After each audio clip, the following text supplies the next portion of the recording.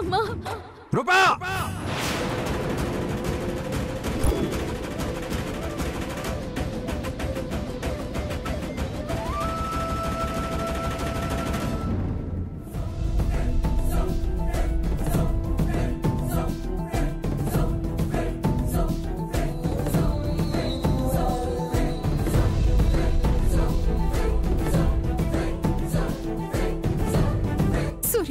నన్నలా పిలవకో. నీ మొహం చూడాలంటేనే నాకు కంపరంగా ఉంది. నీ మాటలు వింటుంటే నా చెవులకి తూట్లు పడుతున్నట్టుంది.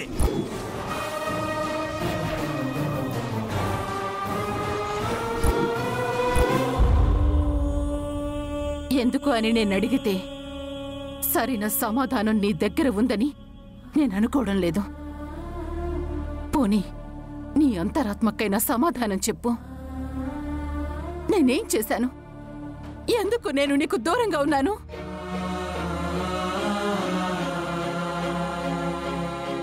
అయినా నా గురించి చెప్పుకోవడానికి రాలేదు నేను. నా బిడ్డ జీవితం నాశనమైపోతుంటే, అది కూడా కన్న తండ్రి దగ్గరుండి నాశనం చేస్తుంటే తట్టుకోలేకొచ్చాను.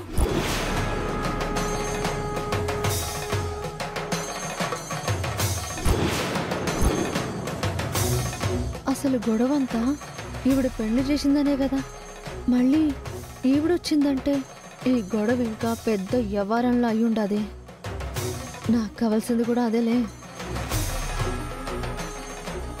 అయినా రాజు రూపంలో ఒకరినొకరు ప్రేమించుకున్నారని నీకు తెలుసు. పెళ్లి చేసుకున్నారని తెలిసినా యాక్సెప్ట్ చేసావు. ప్రెస్ మీట్ పెట్టి ఈ రాజు నా అల్లుడని ప్రపంచానికి చాటి చెప్పావు. నీకంటే మంచి కుర్రాడిని నేను తీసుకురాలేనేమో.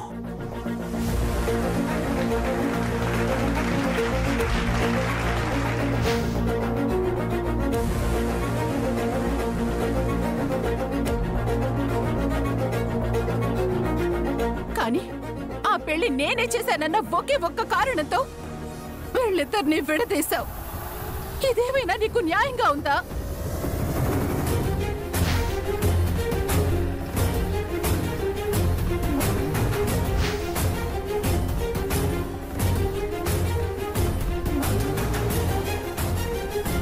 ఒక మనిషికి ఒక విషయంలో ఒకే రకమైన నిర్ణయం ఉండాలి. కానీ ఇలా రెండు నిర్ణయాలుంటే ఆ మనిషిని ఏమనుకోవాలి?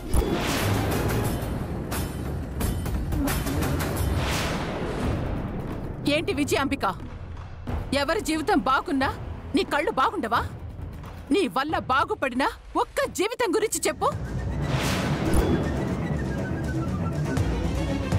పోనీ నీ జీవితం బాగుపడిందా? నీ కొడుకు జీవితం బాగుపడిందా? నీ తమ్ముడి జీవితం ఇలా అయిపోవడానికి కారణం నువ్వే అని నీ తమ్ముడు తెలుసుకున్న రోజున నీ బతుకేంటో నీకు తెలుసా?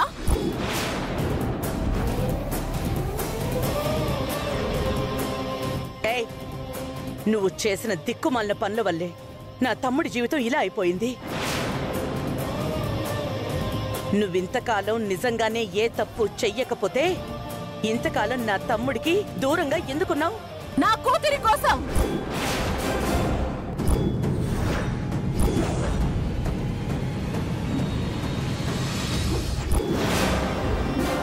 ఆపండి. మీ కుటుంబ వ్యవహారాలు ఏమైనా ఉంటే అవి మీ ఇంటి దగ్గరికి వెళ్ళి మాట్లాడుకోండి. ఇక్కడ మాట్లాడవలసిన ప్రాబ్లం గురించి మాట్లాడండి. చెల్లెమ్మ, ఇక్కడ ప్రాబ్లమ్స్ అన్ని క్లియర్ అయ్యాక కాల్ చేయండి. ఒక్క నిమిషం అన్నయ్య. విరూపాక్షమ్మ, తెలుసో తెలియకో రాజు రూపాయలు పెళ్లి చేశావు. పెళ్లి చేశావన్న మాటే గాని వాళ్ళిద్దరు ఒక్కరోజు కూడా కలిసి బతికింది లేదు.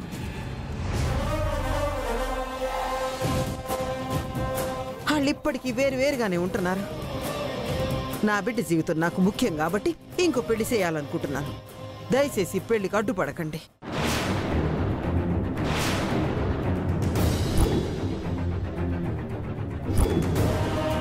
పెళ్లైన భార్యాభర్తలు దూరంగా ఉన్నారు అంటే దగ్గర చేయాల్సిన బాధ్యత తల్లిదండ్రులది. వీళ్ళ దురదృష్టం ఏంటో కానీ వీళ్ళిద్దరిని తల్లి తండ్రే విడదీయాలనుకుంటున్నారు.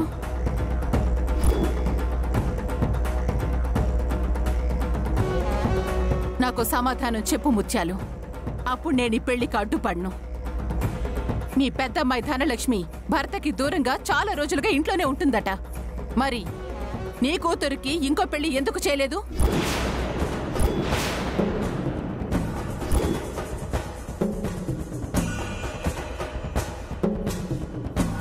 ఎందుకంటే ధనలక్ష్మి నీ కూతురు కాబట్టి, రూప నీ కూతురు కాదు కాబట్టి.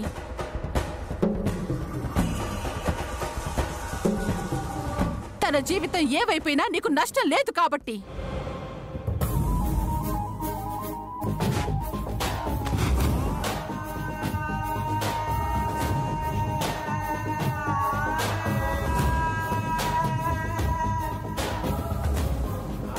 నేను తెచ్చిన సంబంధం చేసుకోకపోతే నేను చచ్చిపోతాను అని బెదిరిస్తే బెదిరిపోయి పెళ్లికి తలంచుకున్న రక్తమే కదా నీది.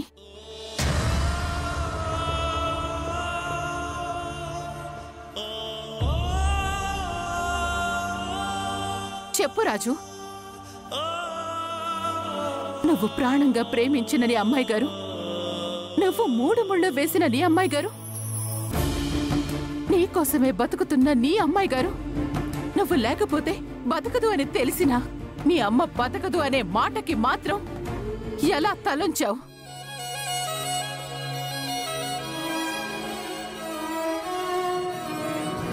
మీ అమ్మదైతే ప్రాణం, నీ భార్యదైతే ప్రాణం కాదా?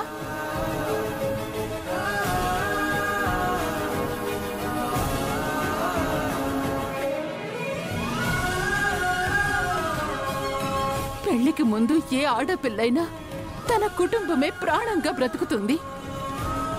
కానీ పెళ్ళైతే మాత్రం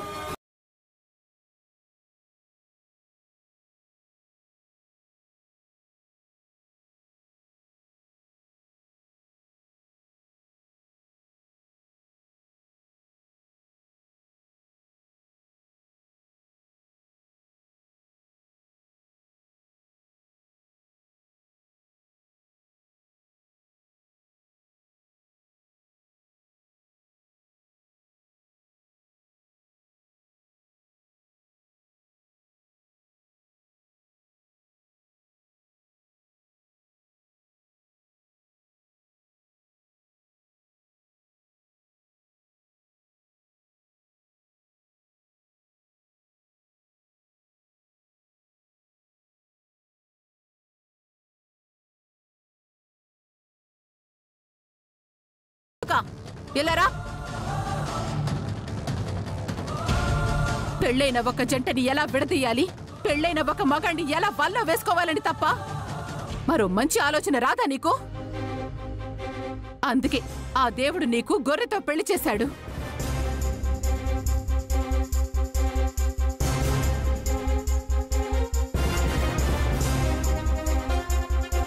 ఇక్కడ ఇంతమంది ఆడవాళ్లున్నారు. సాటి ఆడదాని బతుకు గురించి ఎందుకింత నీచంగా ఆలోచిస్తున్నారు?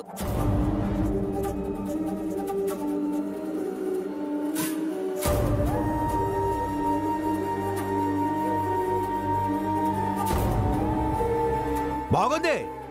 ఇంట గెలవనావిడ రచ్చ గెలవడానికి ప్రయత్నించిందంట. రూపా, నువ్వు ఎవరి గురించి ఆలోచించకో. నీ జీవితాన్ని ఎలా చక్కదిద్దాలో తండ్రిగా నాకు తెలుసు. ఈ ప్రపంచం అంతా నిన్ను తలెత్తుకొని చూసేలా చేస్తాను.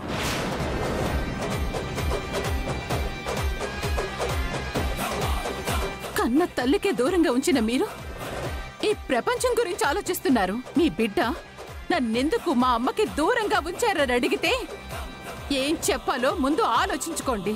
తర్వాత ప్రపంచం తలెత్తుకుని చూసేలా చేతురు గాని. ఇక చాలా సీఎం గారు, మీరు లగ్న పత్రిక రాసుకోండి. మీరు అనుకున్న సమయానికి అందరి సమక్షంలో పెళ్లి పెద్దగా ఈ పెళ్లిని దగ్గరుండి నేనే జరిపిస్తాను.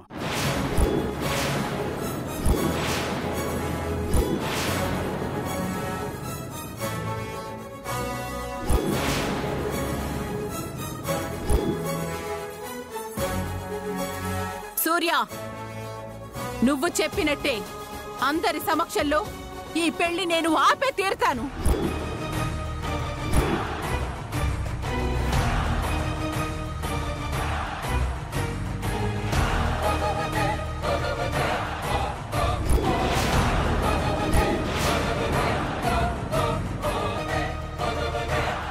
రూపా 10ంటికి వెళ్దాం.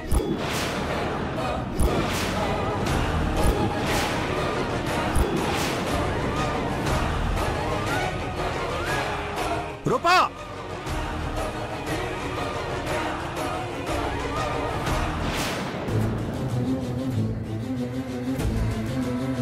రూపా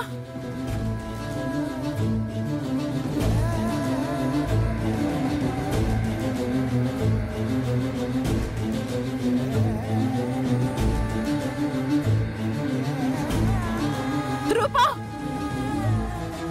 రూపా నువ్వే బాధపడకు. ఈ పెళ్లిని నేను జరగనివ్వను.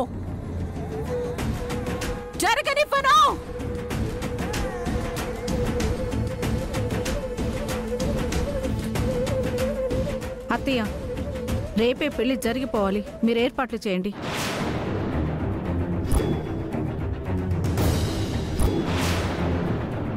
ఈ పెళ్లి జరగదు.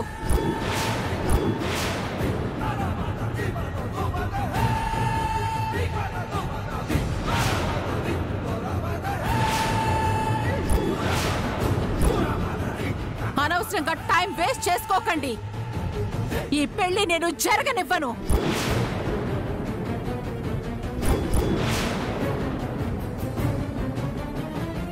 అన్నయ్య, ఈ పెళ్లి జరుగుతుంది. ఎవరు ఆపుతారో నేను చూస్తాను. మీరు బయలుదేరండి.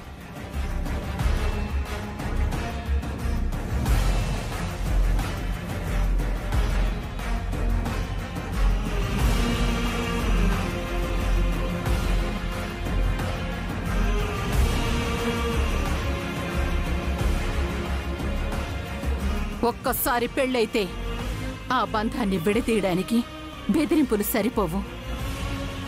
అంతకంటే ముఖ్యమైనవి చాలా ఉన్నాయి.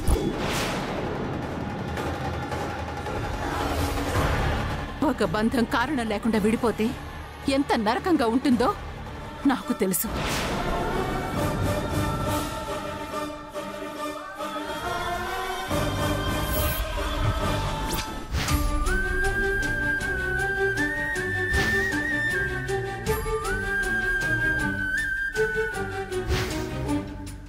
నా ఊపిరి ఆగిపోయే వరకు కూడా నీ రూపం నా కళ్ళకి కనిపించకూడదు. నువ్వెప్పుడు ఇంకెప్పుడు నా కళ్ళకి కనిపించినంత దూరంగా వెళ్ళిపో.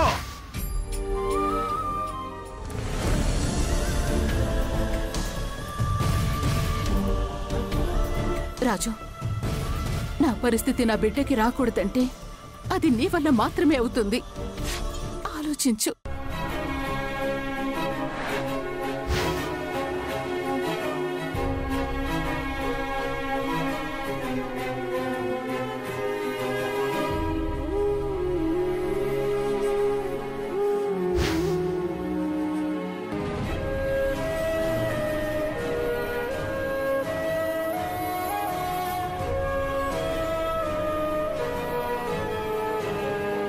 పదన్నయ్య, వెళ్దాం.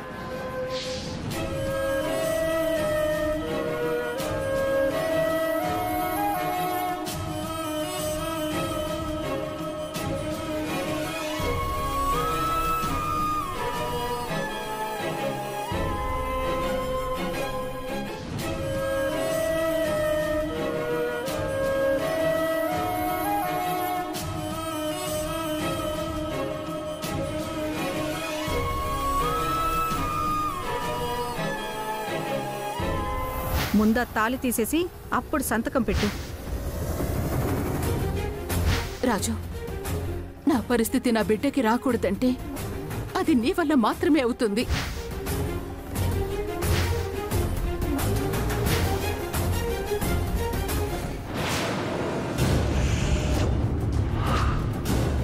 ఒరే నాయనా, ఆ విరూపాక్షమ్మ మాట్లాడిన మాటల గురించి ఏం ఆలోచించకు. నీ జీవితం గురించి నేను ఆలోచించినంతగా ఎవ్వరు ఆలోచించరు. మరి అమ్మాయి గారి జీవితం గురించి ఎవరు ఆలోచిస్తారమ్మా? అమ్మాయి గారి జీవితం ఇలా అయిపోవడానికి కారణం నేనే కదమ్మా. అవన్నీ నాకు తెలియదురా నాయన. రేపు నీకు శ్వేతకి పెళ్లి జరుగుతుంది.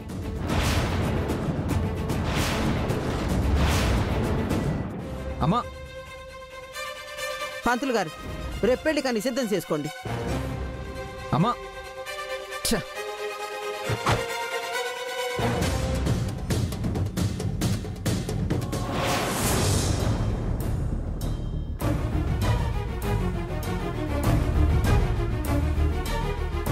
ఒరే అయ్యా, అమ్మగారు వచ్చారు. అమ్మగారు అమ్మోరు రూపంలో వచ్చారు. అమ్మాయి గారికి న్యాయం జరుగుతుంది అన్నారంటే నీకు న్యాయం జరిగినట్టేరా.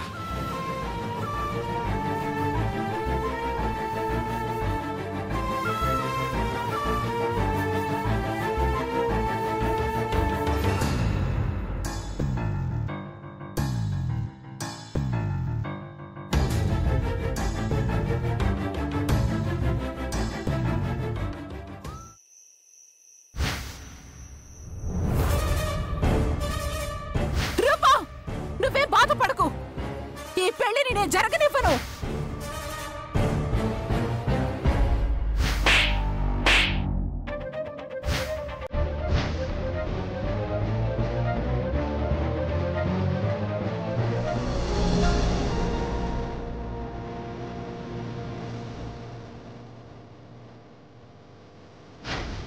రూప నా కూతురే.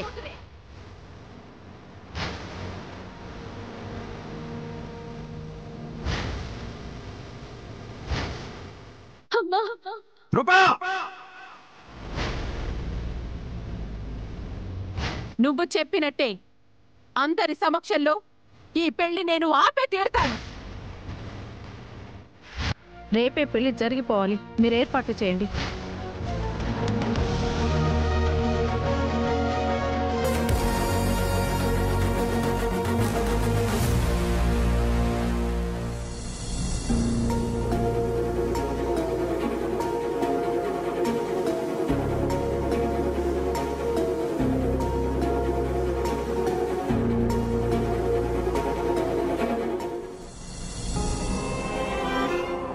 తల్లి, రాజు రూపలకి నేనే పెళ్లి చేశాను. ఆ విషయం మీకు కూడా తెలుసు. ఆయన రాజుకి ఇంకో అమ్మాయితో పెళ్లి కుదర్చడం మీకేమైనా న్యాయంగా ఉందా?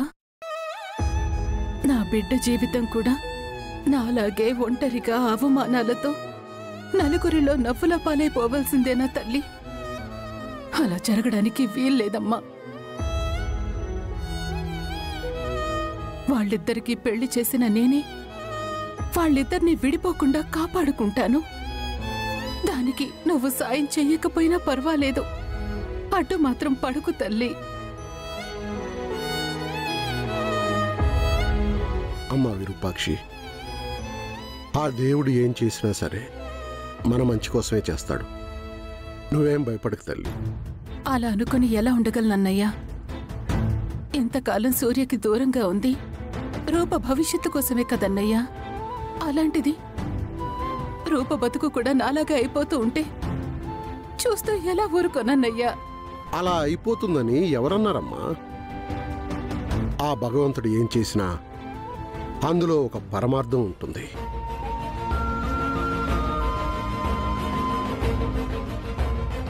ఇరవై ఏళ్లుగా నీ భర్తకి ఎదురవడానికి రాని అవకాశం నీకు నీ కూతురు వల్ల వచ్చింది. ఒకవేళ నీ అల్లుడు కూతురు కలిసే ఉంటే నీ భర్తను కలిసే అవకాశం వచ్చిండేది కాదేమో. ఆ విజయాంబిక ఎన్ని ఘోరాలు చేసినా ఇన్ని రోజులు ఏమీ మాట్లాడలేను నేను. ఈరోజు తన చెంప పగలగొట్టాను. ఆ అవకాశం కూడా నీ కూతురు వల్లే వచ్చింది.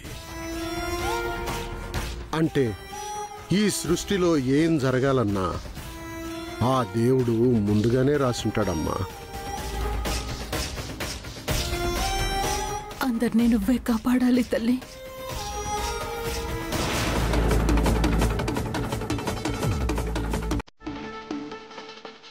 ఆ విరూపాక్షి ఇంతకాలం ఎప్పుడుంది? అయినా ఆయన విరూపాక్షి కలిసొచ్చారు అంటే ఖచ్చితంగా విరూపాక్షి ఆయన దగ్గరే తలదాచుకున్నట్టుంది. తలదాచుకుంటే పర్వాలేదు, కానీ ఇలా బయటికి రావడం దానికంటే ఎక్కువగా నాకు ప్రమాదం అనిపిస్తుంది. దాని విషయంలో తమ్ముడు కూలయ్యాడు అంటే అప్పుడు నా పరిస్థితి ఏంటో ఆలోచించుకుంటేనే భయంగా ఉంది. తమ్ముడు, అసలు ఆ విరూపాక్షి ఎక్కడి నుంచి వచ్చింది?